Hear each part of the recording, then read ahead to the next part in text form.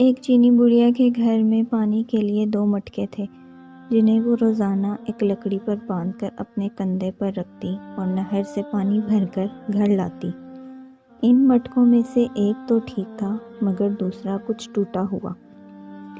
ہر بار ایسا ہوتا کہ جب یہ بڑھیا نہر سے پانی لے کر گھر پہنچتی تو ٹوٹے ہوئے مٹکے کا آدھا پانی راستے میں ہی بہہ چکا ہوتا، جبکہ دوسرا مٹکا پورا بھرا ہوا گھر پہنچتا۔ ثابت مٹکا اپنی کارکردگی سے بالکل مطمئن تھا تو ٹوٹا ہوا بالکل ہی مایوس۔ میں اپنی اس معذوری کی وجہ سے شرمندہ ہوں کہ جو پانی تم اتنی مشقت سے بھر کر اتنی دور سے لے کر آتی ہو، اس میں سے کافی سارا صرف میرے ٹوٹے ہوئے ہونے کی وجہ سے گھر پہنچتے پہنچتے راستے میں ہی گر جاتا ہے۔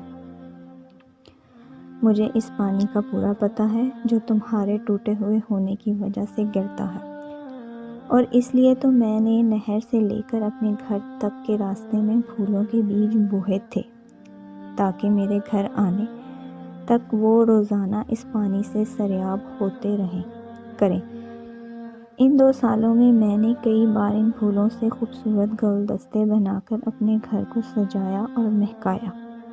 اگر تم میرے پاس نہ ہوتے تو میں نے اس بہار کو دیکھنا ہی نہ پاتی جو تمہارے دم سے مجھے نظر آتی ہے۔ یاد رکھیں کہ ہم سے ہر شخص میں کوئی نہ کوئی خامیاں ہیں، لیکن ہماری یہی خامیاں، معذوریاں اور ایسا ٹوٹا ہوا ہونا ایک دوسرے کے لیے عجیب اور پر تاثیر قسم کے تعلقات بناتا ہے۔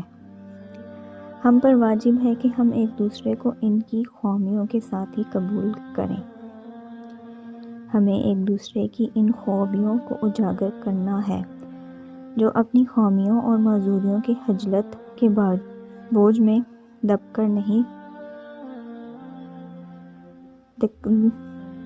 کر نہیں۔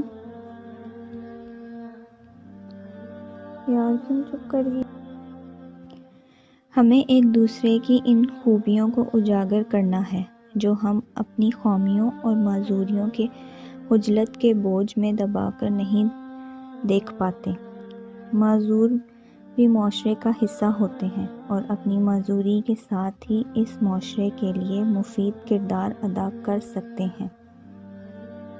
جی ہاں، ہم سب کو کوئی نہ کوئی عیب ہے، پھر کیوں نہ ہم اپنے ان عیبوں کے ساتھ ایک دوسرے کی خامیوں اور خوبیوں کو ملا کر اپنی اپنی زندگیوں سے بھرپور لطف اٹھائیں۔ ہمیں ایک دوسرے کو اس طرح قبول کرنا ہے کہ ہم خوبیاں ہماری خامیوں پر پردہ ڈال رہی ہوں۔